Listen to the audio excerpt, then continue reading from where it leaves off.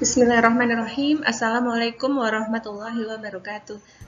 Alhamdulillah, bersyukur kepada Allah atas nikmat yang Allah berikan. Hari ini kita bisa bertemu lagi dalam pembelajaran tematik tema 4, globalisasi, subtema 1, globalisasi di sekitarku di pembelajaran 3 dan 4. Bagaimana kabarnya Ahi dan Uhti yang semoga senantiasa sehat ya, senantiasa dalam melindungan Allah, senantiasa dalam ketaatan kepada Allah. Amin. Mari Ahi dan Uhti kita awali pembelajaran hari ini dengan membaca basmalah bersama. Bismillahirrahmanirrahim. Materi pembelajaran 3 dan 4. Yang pertama, Bahasa Indonesia KD 3.2 dan 4.2 menemukan informasi penting dalam teks eksplanasi.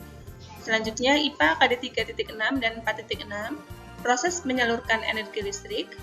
Bahasa Indonesia KD 3.2 dan 4.2 menyampaikan informasi penting dari teks eksplanasi.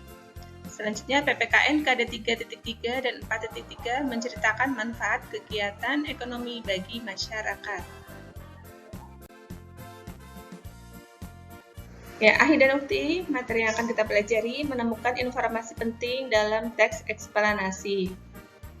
Setiap teks eksplanasi memiliki informasi penting yang dapat dipelajari. Informasi penting tersebut dapat digali dan ditemukan salah satunya dengan kita menjawab sebuah pertanyaan. Ya, berikut di sini Ustadzah sudah menampilkan kata tanya yang dapat digunakan untuk menggali informasi dari suatu teks eksplanasi. Ya, masih ingat ya tentang kata tanya? Apa, di mana, kapan, siapa, mengapa, dan bagaimana. Kita akan mengulas tentang fungsi dari masing-masing kata tanya. Kata tanya apa? Fungsinya adalah menanyakan keadaan, perilaku, atau penjelasan isi teks. Kata tanya di mana? Fungsinya adalah menanyakan tempat suatu peristiwa berlangsung, lokasi yang akan dituju, serta tempat yang sedang digunakan dalam teks. Kata tanya kapan, fungsinya adalah menanyakan waktu terjadinya suatu keadaan atau peristiwa dalam teks. Kata tanya siapa, fungsinya adalah menanyakan pelaku yang terkait atau turut serta dalam teks peristiwa atau kejadian dalam teks. Kata tanya mengapa, fungsinya adalah menanyakan alasan atau sebab sebuah peristiwa terjadi dalam teks. Selanjutnya, kata tanya bagaimana, fungsinya adalah menanyakan cara atau proses sebuah peristiwa berlangsung, serta untuk menanyakan keadaan atau kejelasan satu hal dalam teks. Ya, di sini sudah menyiapkan kata tanya. Kata tanyanya di sini adalah bagaimana. Nah, kalian tadi sudah sampaikan ya, kata tanya bagaimana adalah fungsinya untuk menanyakan proses dari sebuah peristiwa yang sedang berlangsung. Di sini kata tanyanya adalah bagaimana cara listrik dari pembangkit listrik sampai ke rumah penduduk. Ya, kata tanya ini diharapkan kita mendapatkan jawaban dengan mengetahui suatu proses pembangkit listrik itu sampai ke rumah penduduk. Ya, kita akan mempelajari di materi selanjutnya ya, dan Ukti. Ya, materi proses menyalurkan energi listrik. Pada pembelajaran 1, kita sudah mempelajari bagaimana cara energi listrik dihasilkan di PLTA atau pembangkit listrik tenaga air. Kita juga harus mengetahui cara energi listrik tersebut dapat disalurkan hingga sampai ke masyarakat. Nah, listrik yang dihasilkan oleh PLTA biasanya disalurkan ke rumah-rumah, gedung perkantoran, dan pabrik ya. Besarnya jumlah energi listrik yang disalurkan disesuaikan dengan kebutuhan. Di sini Ustadzah sudah menampilkan skema dari penyaluran energi listrik beserta keterangannya. Ya, mari kita simak. Di sini skemanya, yang pertama keterangannya 1. Energi listrik yang dihasilkan oleh pembangkit listrik ya. Ini energi listriknya berupa pembangkit listriknya berupa tenaga air ya. Siap untuk disalurkan ke pabrik, gedung-gedung perkantoran, kesehatan, sekolah, dan rumah-rumah penduduk. Selanjutnya, energi listrik disalurkan terlebih dahulu melalui kabel-kabel besar yang terpasang di menara saluran udara tegangan ekstra tinggi atau yang disingkat dengan SUTET, ya. Hal ini dikarenakan energi listrik yang dihasilkan oleh pembangkit listrik tenaga air memiliki tegangan cukup tinggi, ya. Jadi harus melewati kabel-kabel, ya. Selanjutnya yang ketiga, energi listrik kemudian masuk ke dalam transformator. Apa itu transformator? Ya, transformator atau trafo merupakan alat listrik yang berfungsi untuk menaikkan atau menurunkan tegangan. Jadi, pada tahap ini energi listrik dinaikkan tegangannya. Jadi yang ketiga ini energi listrik dinaikkan tegangannya.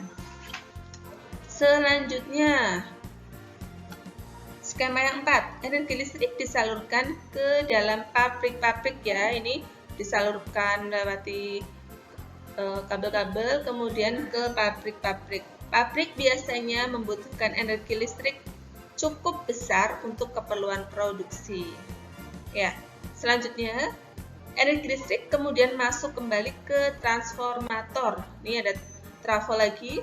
Transformator yang tadi masih ya sama fungsinya untuk menaikkan dan menurunkan tegangan. Tapi di yang skema nomor 5 ini fungsinya adalah untuk menurunkan tegangan. Tujuannya adalah agar tidak terjadi kelebihan energi listrik saat akan disalurkan ke gedung perkantoran dan rumah-rumah, ya. Selanjutnya yang keenam, energi listrik dari transformator penurun tegangan diterima oleh gedung-gedung perkantoran dan rumah-rumah penduduk. Ini disalurkan ke rumah-rumah penduduk, perkantoran, ya. Namun, terkadang dalam menyalurkan energi listrik mengalami gangguan. Ya, kenapa ya bisa mengalami gangguan? Nah, gangguan tersebut mengakibatkan terputusnya penyaluran listrik ke tempat-tempat yang membutuhkan. Biasanya kita, oh ya ada pemadaman listrik, gitu ya. Hal ini tentu akan mengganggu aktivitas di dalam pabrik, perkantoran, dan rumah-rumah. Penyebab terganggunya proses penyaluran listrik dapat disebabkan oleh yang pertama, peristiwa alam seperti tersambat petir atau gempa bumi yang mengakibatkan rusaknya salah satu komponen alat yang berhubungan penyaluran listrik. Ya, jadi proses terganggunya penyaluran listrik salah satunya disebabkan karena peristiwa alam, ya. Oleh karena itu, kita harus mengantisipasi, ya, tempat-tempat yang membutuhkan energi listrik dalam jumlah besar biasanya dilengkapi dengan pembangkit listrik cadangan yang khusus untuk kebutuhan tempat tersebut, ya. Sampai di sini Ahi dan Uti, mudah-mudahan bisa dipahami, ya.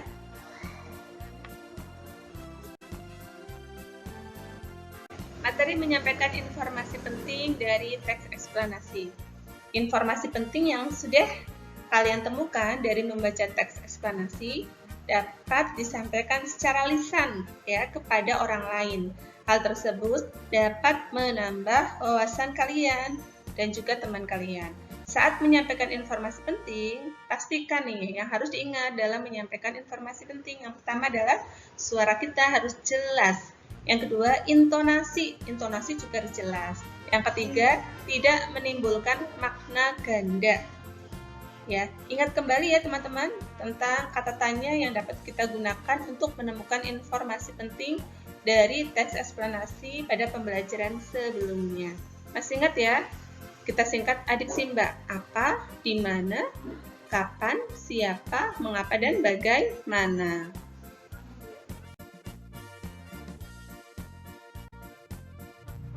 Ya, Ahi dan Ukti, materi selanjutnya menceritakan manfaat kegiatan ekonomi bagi masyarakat.